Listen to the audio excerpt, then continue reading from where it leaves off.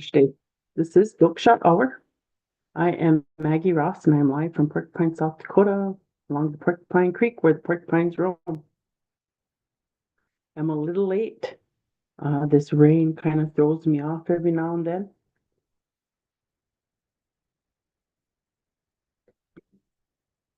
A lot has been going on, and I just wanted to show my shirt.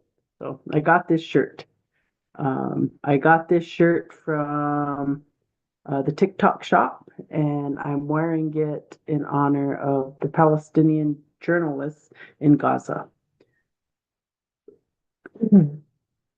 Last night, I believe there were 4 journalists that were unalived, that were martyred, is what they would say.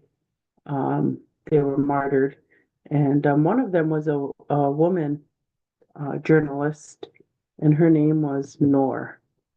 And I'm trying to see, kind of having difficulties this morning. My little mouse button on my thing doesn't want to work so well.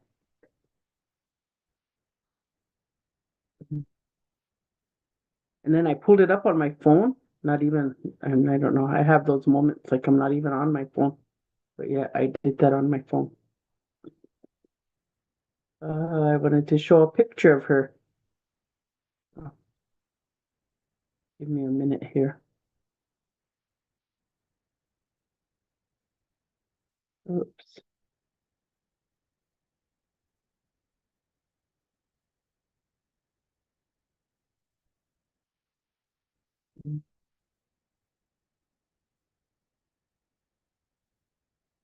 See if I could share this.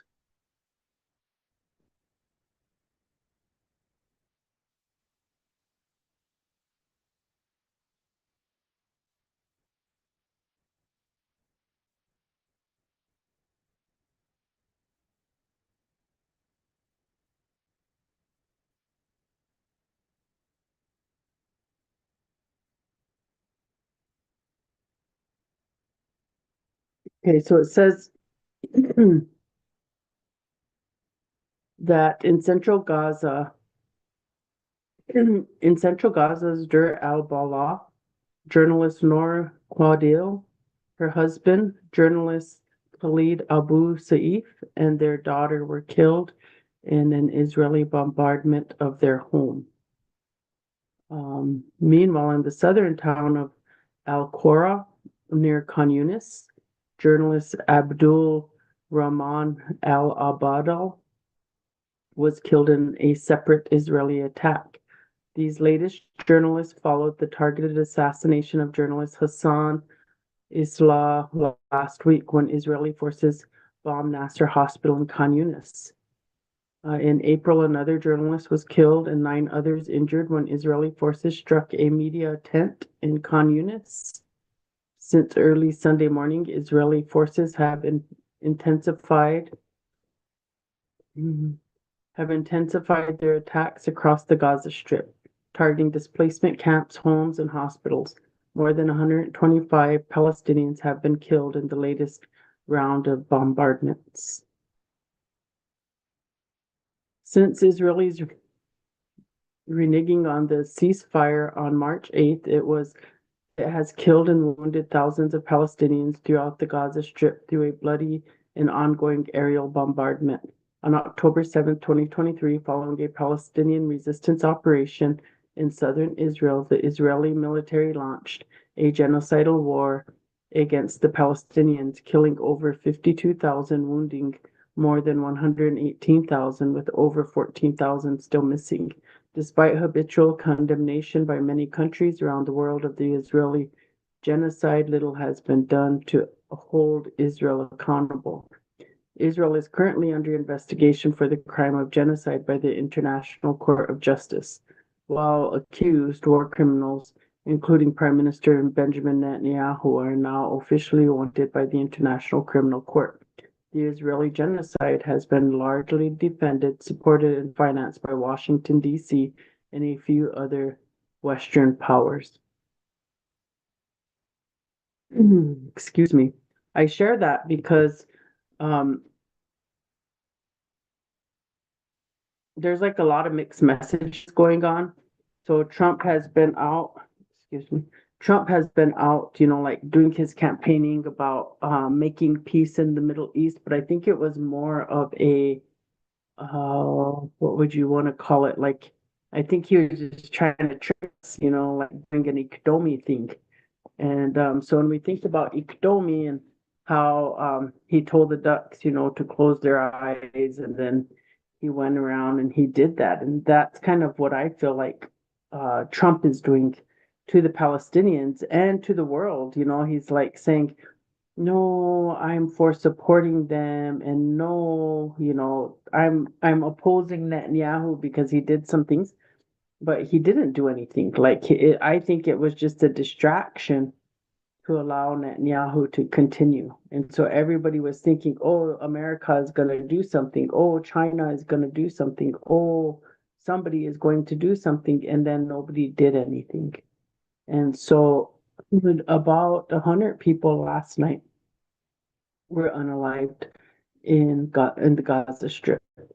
And this morning and I'm really hoping I could get Mohammed Sirda and Sammy and uh, some of the other journalists to come on Doksha Hour and speak for themselves. I often say like Doksha Hour is that tool here, that it's here. Or this was established because we wanted to be able to, one, really relay information to people, and then two, we wanted to be able to, excuse me, we wanted to be able to uplift voices. And so that's like what I think about Gaza too, is that I'd like to just uplift their voices. And I'd also like to do it for the women, like there are women journalists and there are women educators and there are women in Gaza that are doing things um, to help support children and support each other. And so I would like to find time and create a show for them so that we can all know and we can all hear what is happening, because nobody's talking about these things. Nobody is talking about these things. And that's disappointing.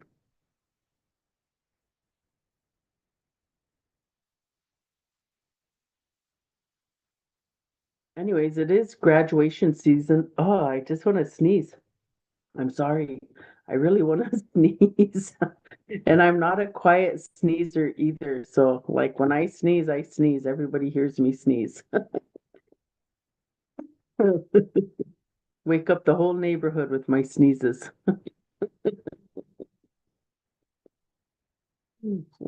Shoot. Good morning, Steve. I'm glad you're joining us this morning. For some reason, I see something going on.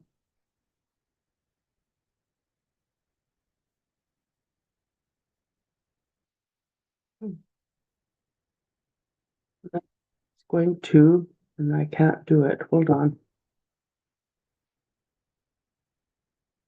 Yeah, my mouse is really, I mean, I'm just using the mouse on my laptop, so it's really not wanting to be nice.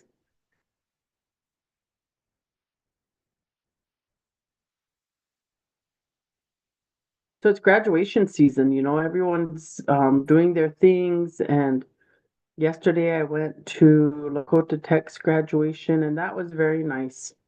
It was very long, but it was very nice. I mean, sitting on plastic bleachers, it killed my back. For I think the graduation was about 2.5 hours, and then they said it was about 2 hours to shake hands with the graduate. So that was a pretty long graduation. I dipped out. Like we didn't stick around to shake hands because my granddaughter was very tired, and she wanted to go home. Yeah, just be away.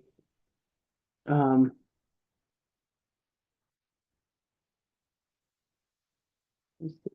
figure out what's going on. Okay.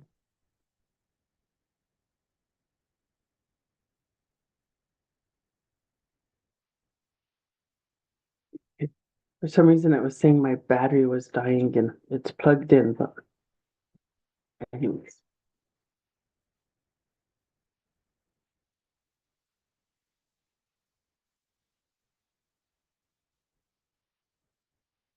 Yeah, I think that's true, but I think one of the one things that we when we do the failure um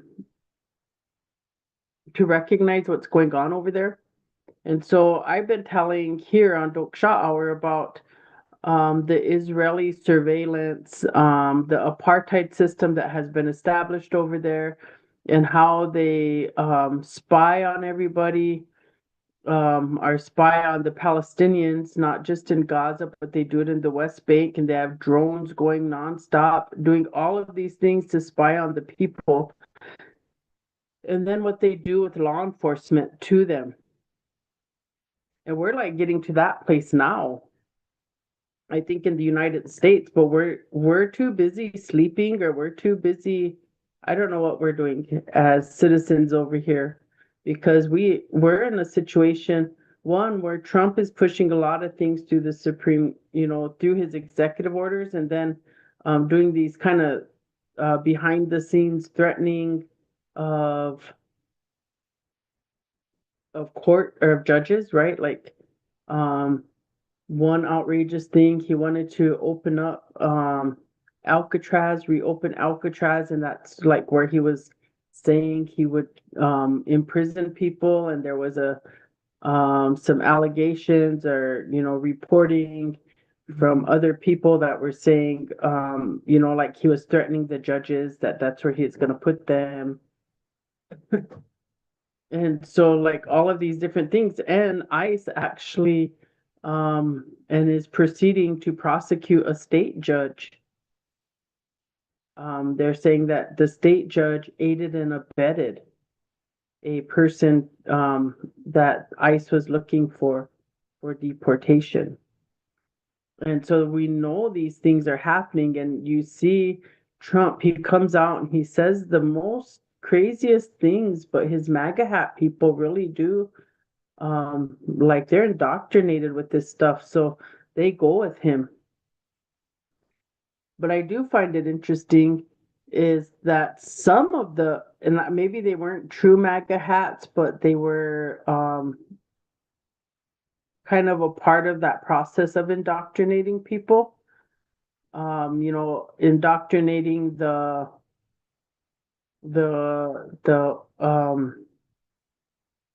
Christian right, the evangelicals, doing that, because it's that group of people that now are saying he isn't even doing what he said he was going to do for us. He's more about Israel, and so they had released it's on True TV.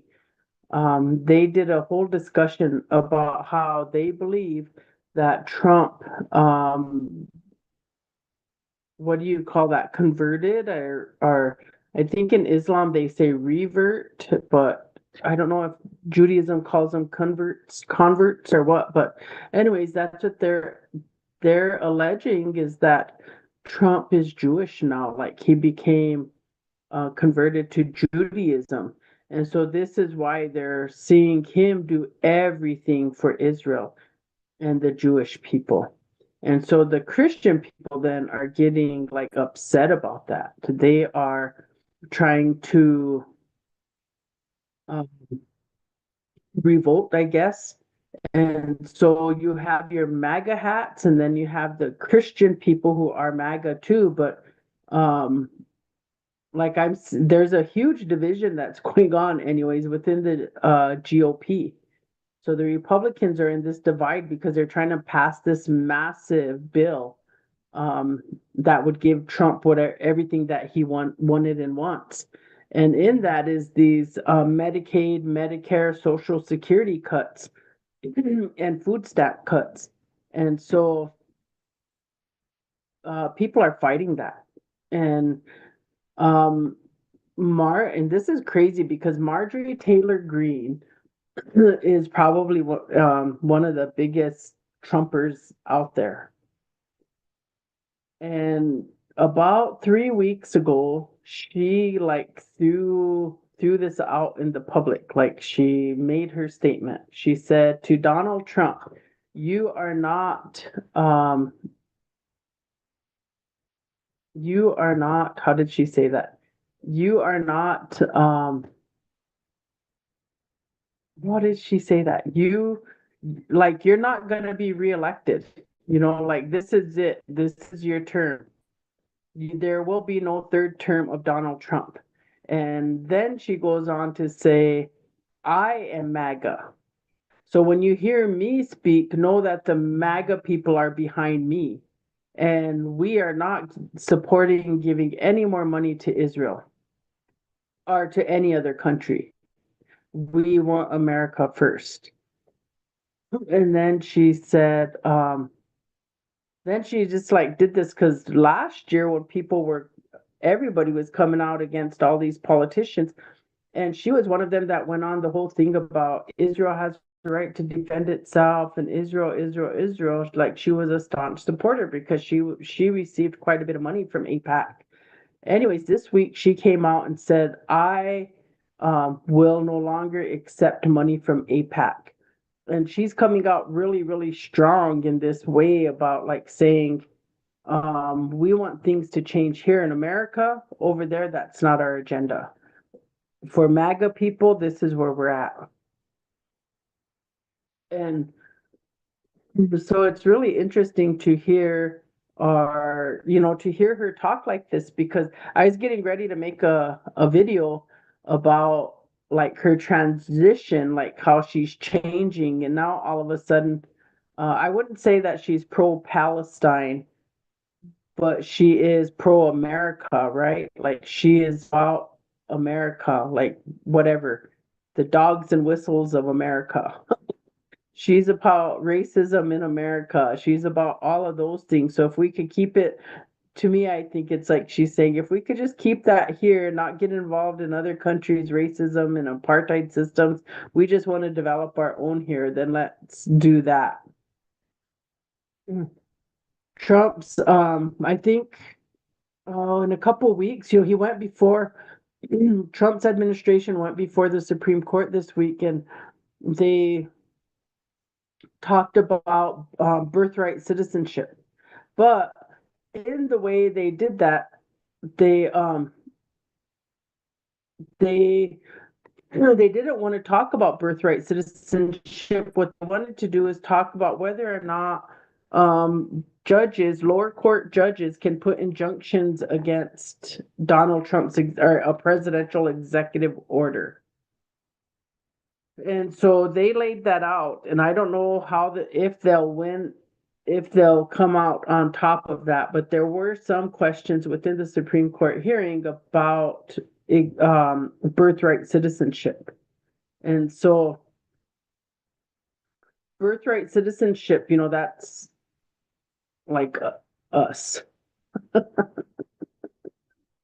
And so if they're able to undo that, then the potential of us not becoming I mean, everybody would lose their citizenship. I mean, it's crazy unless you actually descend from what the people, the founding fathers or something like that of the Declaration of Independence or of this new constitution, because that's how you become a citizen is you're born here. So anyways, I know he's trying to do it for immigrants too. Say that immigrants come here illegally and then they have children and then those children become citizens of the United States. And so then it gives the immigrant the capability to become a citizen because of their child status. We don't deport them. So I had a good conversation with a person a couple months ago about birthright citizenship, and we were both on this same radical mindset about, yeah, they should, they should, and then they should get off our land, get out of here, get off our land, get rid of birthright citizenship, just whatever, leave us alone, get off our lands, let us reclaim our treaty lands, and those guys can just go wherever. But anyways, so it is, as I was saying earlier, it is graduation, and I was trying to log into my TikTok on my laptop, but it says TikTok is down on my laptop. Or so it was saying it was. But now, okay, here we are. We are open. Let me go to my profile.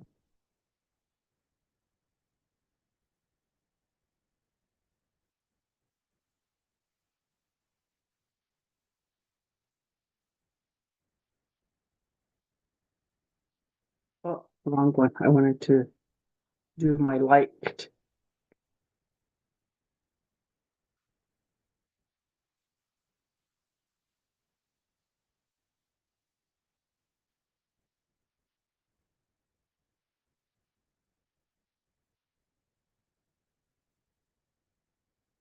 Okay, I want to share this. Let's see if I can. Oh, I can.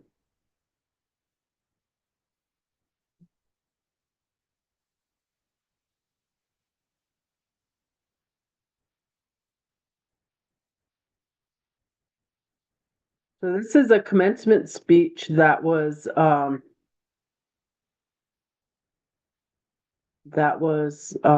given at, and let me see if I can make that bigger. We're just trying to, normally you can see, and I'm going to hope the volume will be loud enough. And this is at, I think it's George Washington University. Tuition is being used to fund genocide. I'm going to say that again. I am ashamed to know my tuition is being used to fund this genocide. The university's administration must prioritize the basic needs and rights of students and faculty over the agendas of wealthy donors and politicians.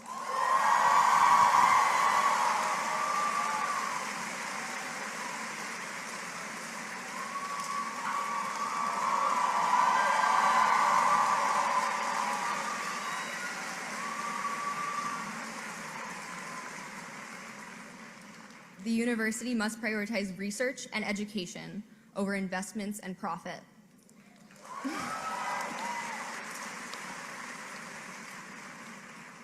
The university must prioritize justice, no matter how difficult, over a false peace in which students suffer.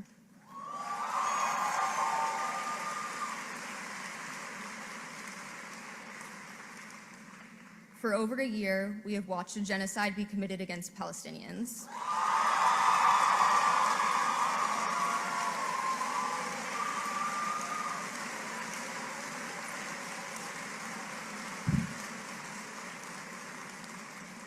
I cannot celebrate my own graduation without a heavy heart, knowing how many students in Palestine have been forced to stop their studies, expelled from their homes, and killed for simply remaining in the country of their ancestors.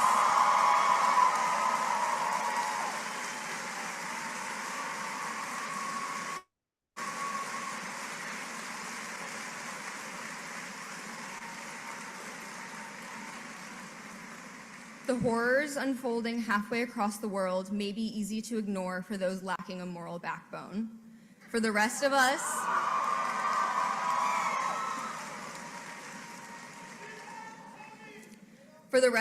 these atrocities cause us to take stock in our own complacency in the imperialist system. I am ashamed to know my tuition is being used to fund genocide. I'm going to say that again. I am ashamed to know my tuition is being used to fund this genocide.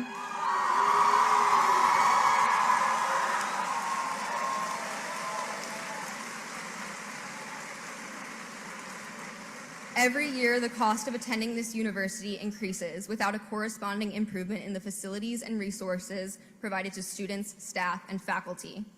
Instead, our money is put into the pockets of those who unequivocally prove time and time again they do not care about the students and faculty that create this university's prestigious university.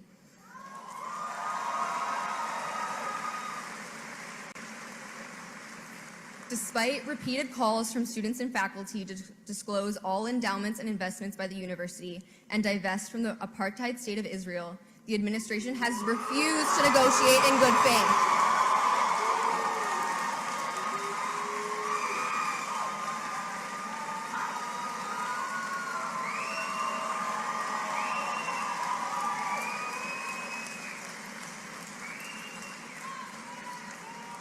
Instead, they have repressed anyone with the courage to point out the blood on their hands.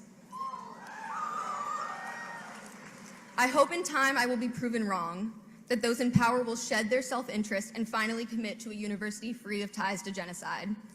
Until then, I call upon the class of 2025 to withhold donations and continue advocating for disclosure and divestment.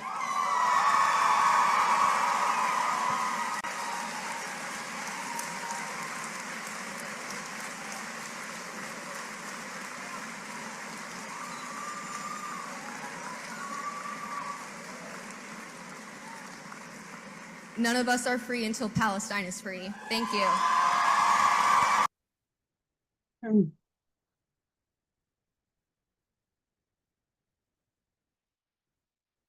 Always very impressed with our youth for having the courage and the ability to say their words, because oftentimes we get in situations where people withhold their word because of a consequence that might be faced upon them.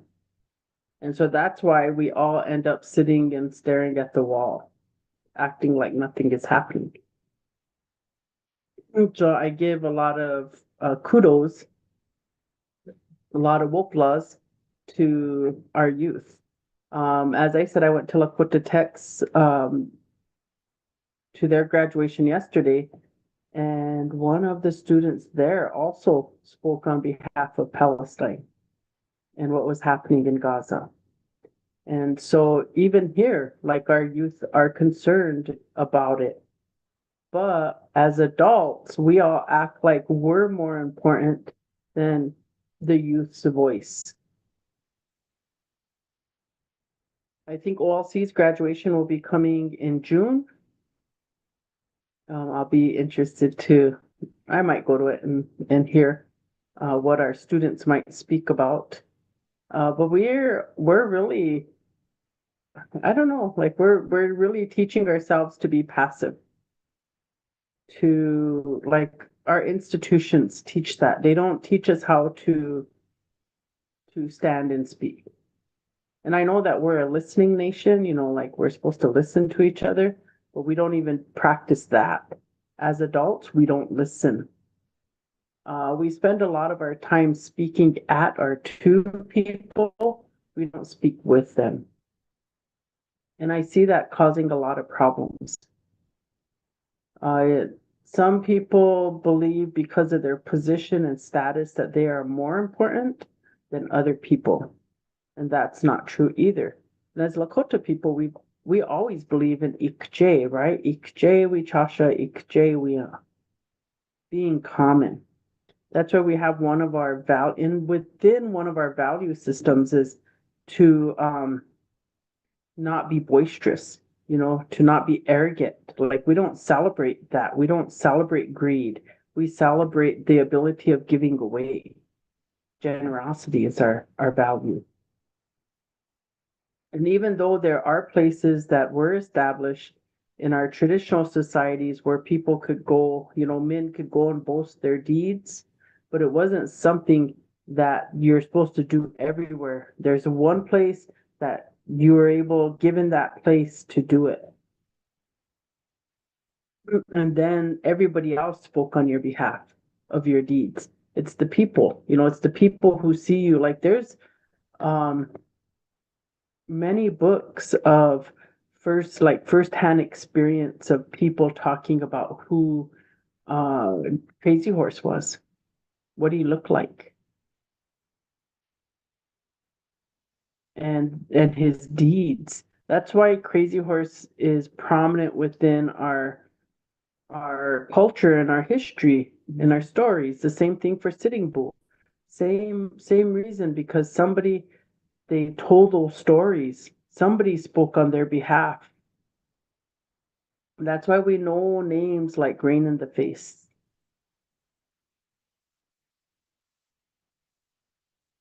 Touch the Clouds. That's why we know that. Gall, Hump, Red Cloud, Smoke, Bull Bear. That's why we know those names because somebody spoke on and said who they were. And so then that they get passed. So I don't know. I'm kind of in this place where it's been about 19 months, I believe, for this. It's not even a genocide anymore. It's like beyond a genocide. It's a Holocaust that's occurring in Gaza. And Trump has done this thing where he said that, he's about peace or whatever. And they reported from Gaza about an American plane flying over Gaza. And supposedly it's supposed to be people, American business people or like mercenaries, like how they used to do that with Iraq. It's those people coming in and they're going to supposedly disperse aid to the Gazan people. But because Trump is not trustworthy, no people don't believe him over there. There's that it's probably, these people are going to come in and just unalive them. They're going to help Israel unalive them. Israel also has a plan where they are moving, so they're building and pushing everybody out of the north, unaliving them if they won't go, pushing them, and they want them to go towards the south. The goal is to push them out, and so they get to an area within the south where they will be walled, like in fenced in more, and then from there they'll be deported. Trump has a plan to deport them to Libya, and then there's also Somalia.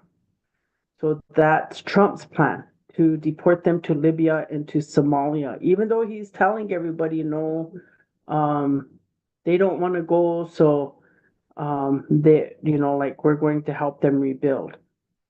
He was supposed to go and make plans on how to move forward with Gaza with Saudi Arabia, Qatar, and United Emirates. But instead, these guys, that's not what they did. They made their own million and billion-dollar deals. So Trump's coming away with a $400 million plane. Um, so that's all they did was made deals over there. They didn't even talk about Gaza. And then the Saudi Arabian king says that Gaza is not his problem. And so they're not going to even help. They're not going to do anything.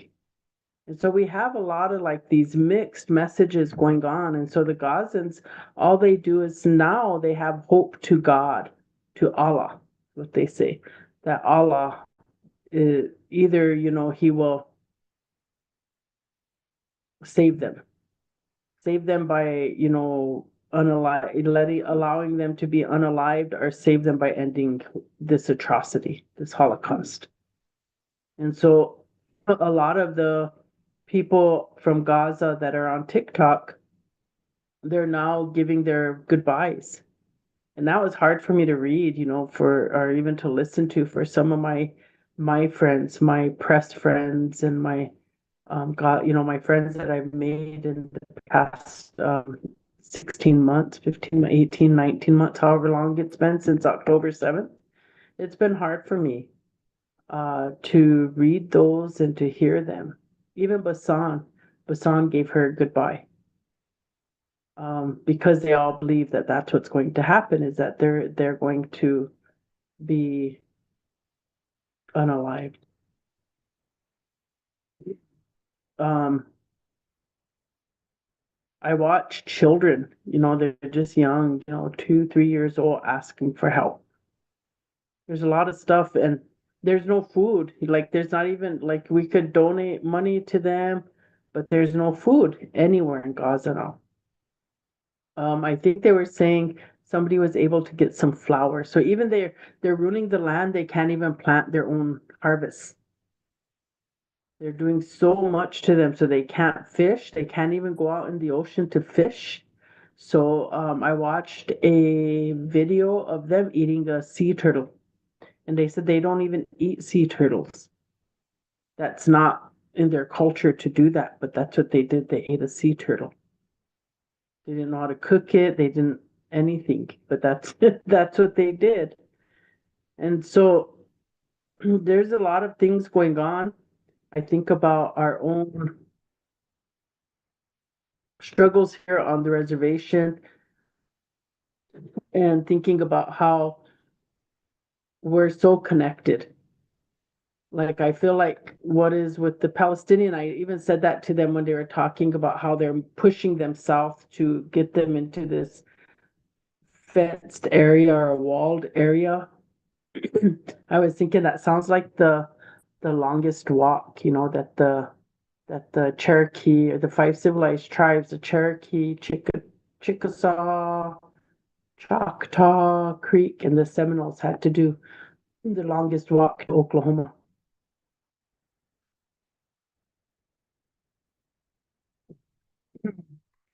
Oh my goodness, my throat is just acting up. Hey, maybe I want to cry.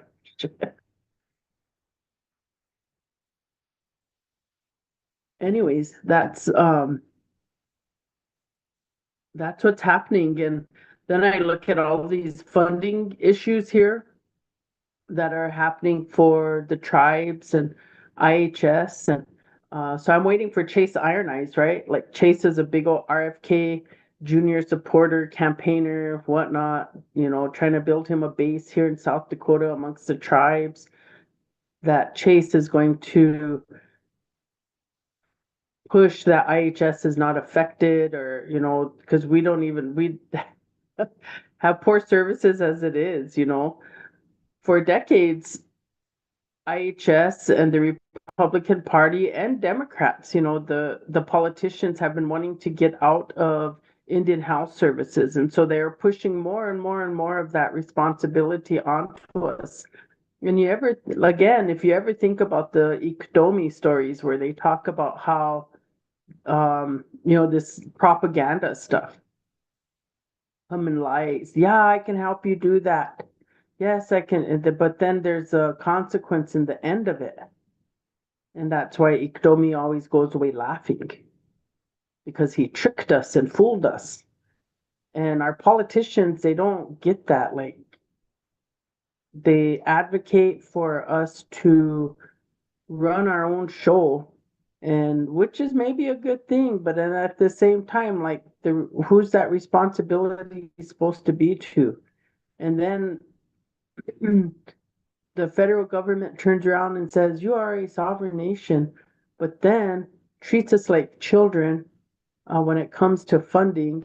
And then our governments never take the responsibility serious enough where they treat us good.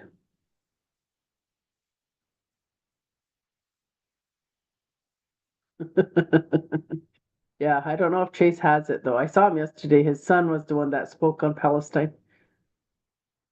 But I saw him yesterday at graduation. I didn't talk to him though. I was gonna ask him those things. What are you making? What are you doing with RFK Jr.? But anyway, so we have those things going on, and I'll tell you, like, I remember this just because I remember it. I lived through it, and I lived through the hospital on the hill, um, IHS on the hill. I lived through that, and the transition over to the new hospital, and then all of the great services. Like, we had a good hospital system, and then they turn around and they start using Medicaid and Medicare against us because they have to come through and do their evaluations. And so, oh, there was a mark on the wall. So that's a ding. Oh, the rug was dirty, that's a ding. You know, you came on a muddy day. So housekeeping is doing the best that they can. So little things like that. CMS when they would come through, and CMS stood for, I can't remember what the C, Credential Medical Service, I don't know. Anyways, so they would come through and you'd get a ding and ding, and then pretty soon that's going to council. Oh, they're getting in trouble, this and this and this. And so then pretty soon tribal council gets involved, and then they start coming after the hospital. And then they were floating people off, CEOs, they're doing all of that um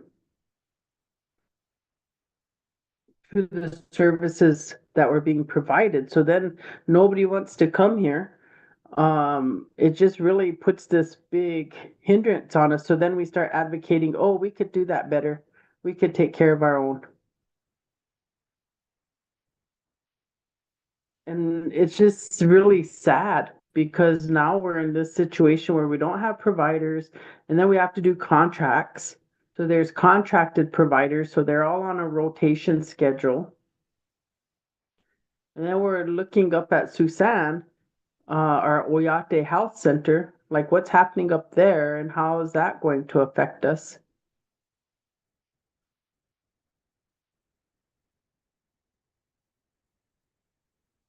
Once they cut that, what are those guys going to do? Because they did a 638 contract and they're going to go back to whatever it is, like they're going to lose their contract dollars versus if the federal government just ran that facility.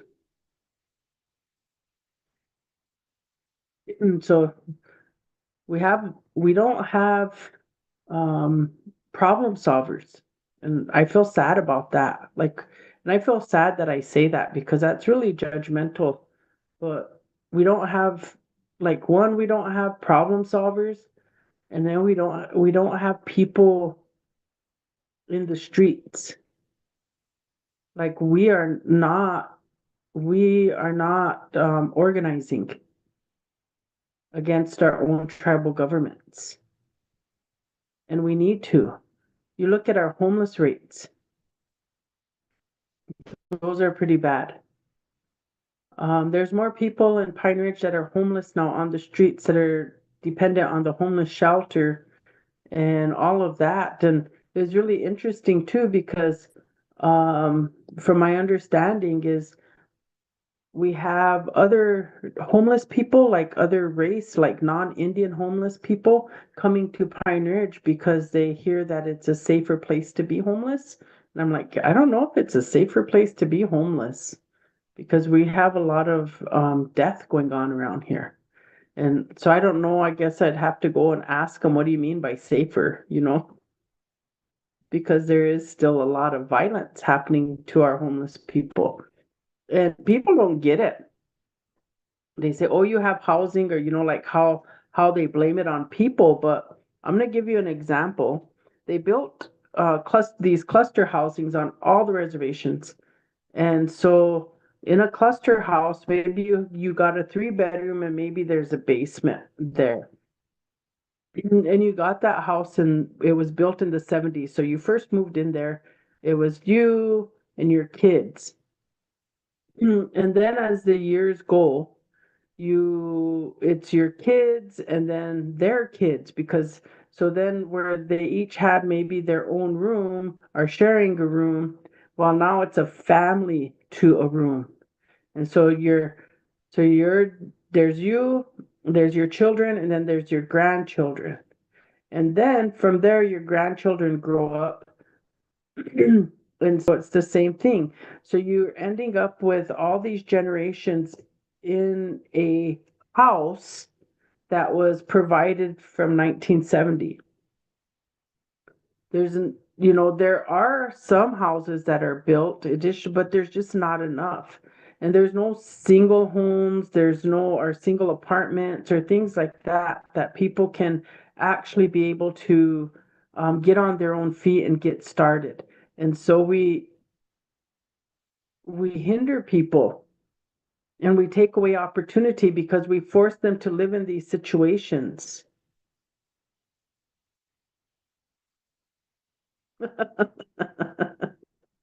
Oh my goodness. Steve, you're funny.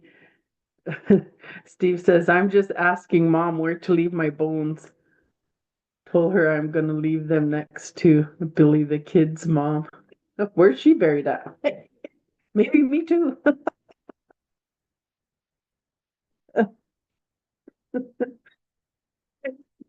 But anyway, so that's like the situation. So oh, when you're overcrowded in a home, you then also take away the opportunity for healthy growth. So it's like you're choking out the future by overcrowding them in these facilities. And then what ends up happening is, well, you end up getting moved out. So you have to like hope that you're able to that education did you well enough to survive on the outside or where you're going to go. And so all of those things are what affect us. So we have education, we have healthcare, we have housing and employment. So if all of those are on the lower side, if we are lacking those things, then we are lacking thriving communities. And oftentimes we might just think, well, my family's okay, so that's good. And maybe that is. But if you never look over to see how the negative side of that is impacting, then you're going to see what we see now, the rise of drugs and alcohol and human trafficking, human exploitation. Then you're going to start to see that. And that's what we see now. And then, so then the answer from council is we're just going to ban, and every council is doing this. We're just going to ban everybody. We're going to ban them. And so we ban them to Rapid City, and then they get in trouble with law enforcement in Rapid City. And then we say, oh, and we say that. And we spend all our money up there fighting that system, calling it unfair, when we should just be trying to do something here. I don't know. It's really crazy.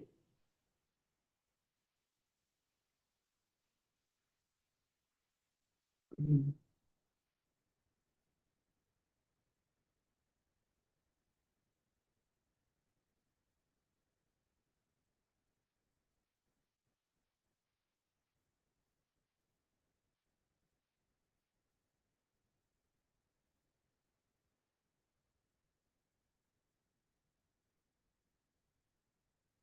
But anyways, it's graduation. And that's the one thing that I do love about graduation time is that new beginnings are you get to celebrate the accomplishment of something that you set out to do. And even though like we don't personally set out to graduate from high school or like that, maybe college, because then when we graduate from high school, we have a idea of what we want to do. But we may necessarily not have a life goal to say I'm going to graduate from high school. That's something that, we're just kind of indoctrinated with. You got to go to kindergarten and then you got to go through all of this stuff because the law says. So I do want to say congratulations to everybody that willingly and unwillingly got to that place to graduate. It's a big accomplishment. What you do with your future is your choice. What you're going to do to help the people is your choice. And I hope that there's ample things for you to do in your life. And I hope that you have the entrepreneur spirit in which you think, hey, I'm going to help build houses. I'm going to learn to become a plumber. I'm going to become an electrician. I'm going to become a carpenter. I'm going to learn how to make roads. I'm going to become an engineer. I'm going to be a civil engineer. I'm going to be an electrical engineer. I'm going to be a mechanical engineer. I'm going to become they even call, um, um, like the role of the teacher, like that is an important thing. In an engineer is also a journalist. They the press, doing the press, engineer of the press. You can be an engineer of systems, and systems can be organizational systems like the operation of tribal programming, the operation of college programming, the operation of business programming. Being a systems person, you can be an engineer. And so I hope people find ways in which to have a dream and to follow that dream, and then to use their dream to come back, not only to build a life for themselves, but to build a life for the people, and that we can eventually come out of this situation and be the example. Because what's going to end up, I don't know. I hate to always bring this back to Palestine, but we know what is going to happen to them because it happened to us. And so hopefully we become the example of picking it up and going forward and redefining who we are and saying after 500 years of genocide and oppression that we are still here. And so I pray for that for the Palestinian people, that they will still be on their land and they will still be able to say in 500 years, we are still here. We are. So with that, you guys, you have a great rest of your Sunday. I was supposed to have Tony Handboy on today, and I totally spaced.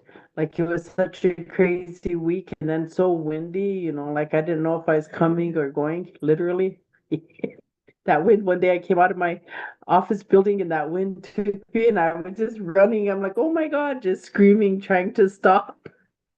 It was hilarious because I'm just Chepa. It's like, how did that wind do that to me? Anyways, I almost went blowing into Antelope Creek. Just kidding. Anyways, you guys have a good rest of your Sunday. Enjoy your graduates if you have them. Be encouraging and inspiring. Lead by example. And